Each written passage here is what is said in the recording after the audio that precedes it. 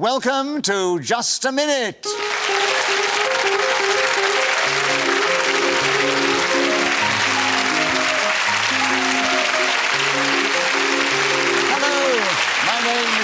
Parsons. And as the minute waltz fades away, it's my great pleasure to welcome you to this special edition of Just a Minute from BBC Television Centre. This year, Just a Minute turns 45. And as a special birthday treat, we've taken over your television screens. So without further ado, please welcome to the show four highly talented and charismatic performers. They are, seated on my right, Paul Merton and Shappi, Khorsandi, and seated on my left, Hugh, Bonneville and Jason Manford. Please welcome all four of them.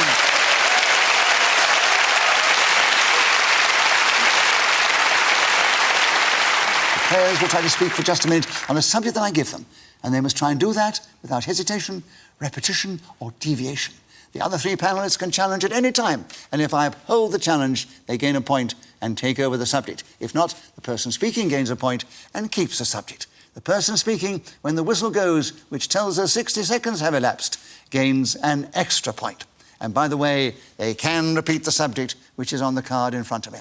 Right, Shappi, can you talk on 60 seconds on this subject? When I met my hero. 60 seconds as usual, starting now. When I met my hero, Nicholas Parsons, it was on this very programme. I stammered a little, stuttered a lot, and like all good heroes, he was kind to me. He held my hand and said, "Don't worry, you'll be okay at this game, Shappi. Just try to talk for 60 seconds without hesitating, deviating, or repeating stuff that you have said already." Also, like all heroes, he let me down a little bit. I soon found out he's not as tall as he appears to be. His name is not really Nicholas, but Balthazar. Poor chance. Repetition of Nicholas. Yeah, repetition of Nicholas. What height do you think I am, Shappi? Well, I'd never seen you stand up. Do you want me to stand up now? No, I mean, I'd heard you on the radio. On the radio, you sound much taller than you are. He does sound taller. So, according to you, you have to be about 5'11" to be on the radio, do you? No, 5'2½", my height. Right. Paul, you challenged, what was it? A repetition of Nicholas. Of Nicholas, yes. Well, we can't have too much repetition of that, can we, really? There's probably an upper limit. I said that, and I wish I hadn't, really, because it didn't get much of a reaction. Paul, it is a correct challenge, and you have When I Met My Hero, that's the subject, 22 seconds starting now. I interviewed Spike Milligan on a show I used to do called Room 10 Ditto First Figure, and it was an extraordinary moment for me because he was a hero of mine from childhood. I well remember the Goon Show, the Q series that he did, and to actually be sitting, talking to him, listening to the various things he'd like to consign to oblivion was a tremendously proud moment for me in my broadcasting career.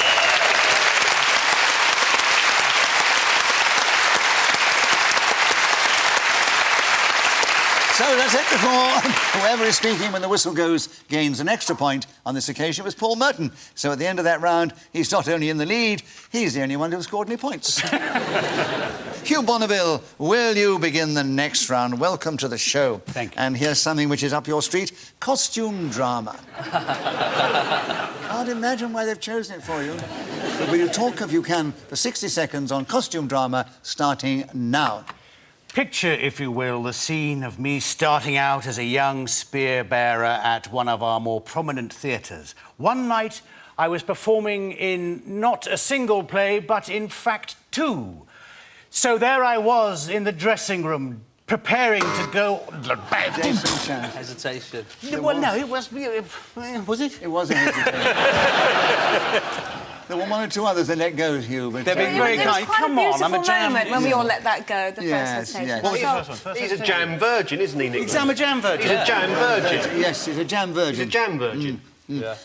But I think after the fourth one... I don't know what it means, though. No, Jason, we give it to you, because it was definitely hesitation. And you have a point for that, of course. There are 42 seconds available. Costume drama... Better be good, son. Oh, threats. Costume drama starting now. So I was performing in these 2 plays at this theatre in London when, after the show, somebody said to me, you, my friend, should be performing stand-up comedy. Repetition of performing? Well, listen, yes. Hey. Indeed. Good work. So, Hugh, you have your first correct challenge, and you have your first point, and you have 34 seconds, and you still have costume drama starting now. Yerma is a play by Lorca. In this rather unlikely casting, I was a flamenco dancer.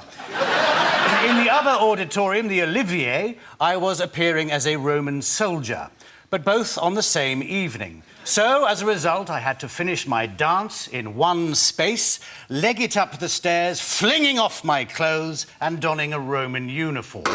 Shappi challenge. Is that repetition of Roman? Yes. I wasn't even entirely sure. Shappi, a correct challenge. You have the subject, costume drama, 9 seconds, starting now. Costume dramas are soap operas that are made palatable for middle-class people. If you take the plot line of Downton Abbey and compare it to, perhaps, EastEnders or that...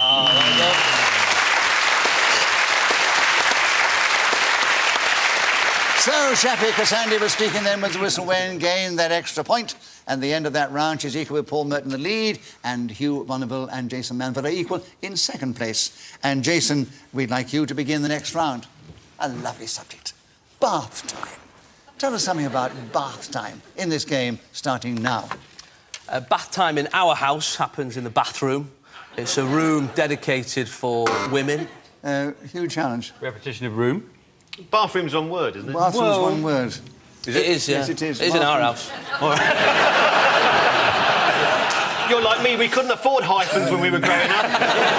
We didn't know what a hyphen was.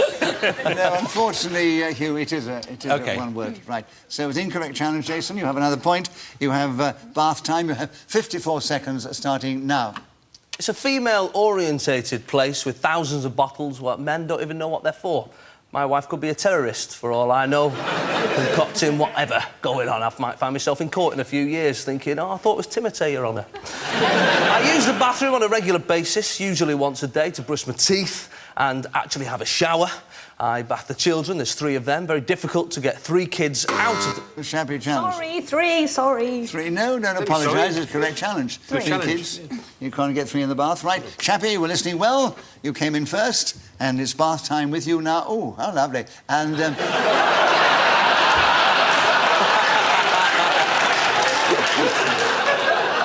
He normally has a nurse assist him. you wicked... I love your innocent remarks. They get more and more innocent every time I come on the show. Shappi, you have a correct challenge. You have 30 seconds to tell us something about bath time starting now.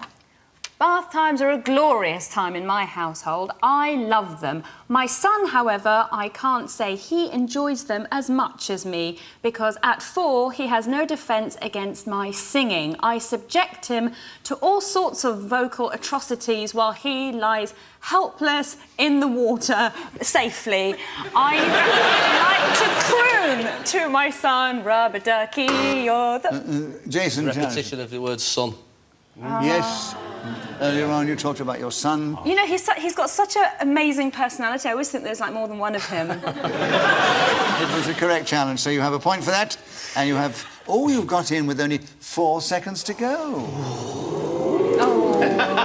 And tonight's big prize... It's a caravan. 4 seconds, Jason. Tell us something about bath time starting now. Blokes will use whatever product is nearest to them. My dad... Paul Did we challenge. have products before? Yes, you talked about the products to the door. Did I? Yes. Yeah. I think I said bottles earlier You on. did. Oh, You're yes, right. there we are. Yeah. You said bottles. Well done. I'm glad you remembered. See, I always presumed there was somebody in another room checking all this, but it's genuinely just you two, isn't it? Just working out.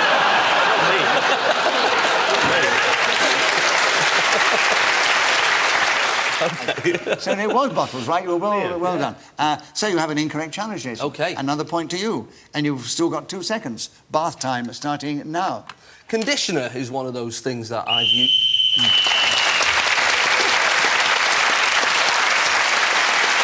So Jason Manford, the speakers of listening, gained an extra point for doing so. Paul, the subject here is A case of mistaken identity. 60 seconds as usual, starting now. It was about 15 years ago. I came back home after recording of Have I Got News For You, and my then wife said to me, somebody's phoned and says there's going to be 8 pages in the Daily Mirror tomorrow about your habit. I said, well, what are you referring to? And the account on Have I Got News For You, I've said that, she said just... I deviated in the boring stuff instead of carrying on. I know, no. They're always repeating Have I Got News For You, anyway. Yeah. And many of the shows it spawned. Yes. Jason, you had a correct challenge, and you have a case of mistaken identity. 35 seconds available, starting now. I very rarely get recognised. I get half recognised.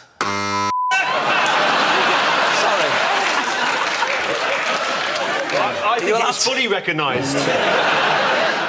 It shows you what a difficult game it is. It is, yeah. Right. But half recognised with a hyphen. Does that not count as... No. Paul, a correct challenge. Oh. The case of mistaken identity, 32 seconds, starting now. The following morning, I bought the newspaper in question, and Paul Merton, the Arsenal footballer, had a large number of issues devoted to him, so it was a case of mistaken identity, in case you were wondering why I suddenly confessed to some terrible incident. Huge challenge. Repetition of case. It's on the card. Oh, sorry. I'll get my coat. Yes, you can repeat the subject. Yes, or yes, any I'm of the words learning, in the Nicholas, I'm subject. learning. Oh. I know, but it's such a quick learning process, isn't it? So, I'm afraid it was an incorrect challenge, so Paul has another point. He has 17 seconds. A case of mistaken identity, starting now. When Rudolf Hess arrived in Scotland around about 1941 during the course of the Second World War, people believed at first it may not be him. They said, how can we be sure this is one of Hitler's deputies landed on our isles? What would be his reason for parachuting into us? And then somebody... Shappi, challenge. You breathed. That doesn't count as hesitation, does it? Yeah, I did breathe. I think my heart beat a couple of times as well. Put me off a bit. An incorrect challenge, and you have quarter of a second to go, Paul, on the case of mistaken identity, starting now. You're Winston Churchill!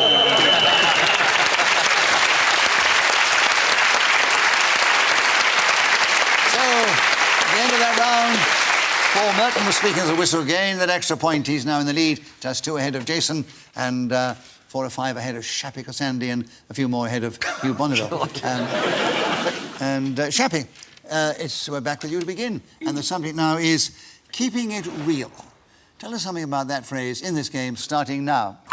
Unless you're a pathological liar, I don't see any reason to not keep it real. But keeping it real has become common parlance, meaning being down to earth. It's a term celebrities often use to pretend that becoming a millionaire and living far away from where they grew up doesn't matter, and they're still happy to get on the bus if they really had to. Jennifer Lopez, for example, wrote a song, Jenny from the Block, where she explained to the people that lived on her estate that although she might have more money than she used to have, she's exactly the same personage as she was before. She keeps it real. Often, young people keep it real where they have no reason to, because they... Right, oh,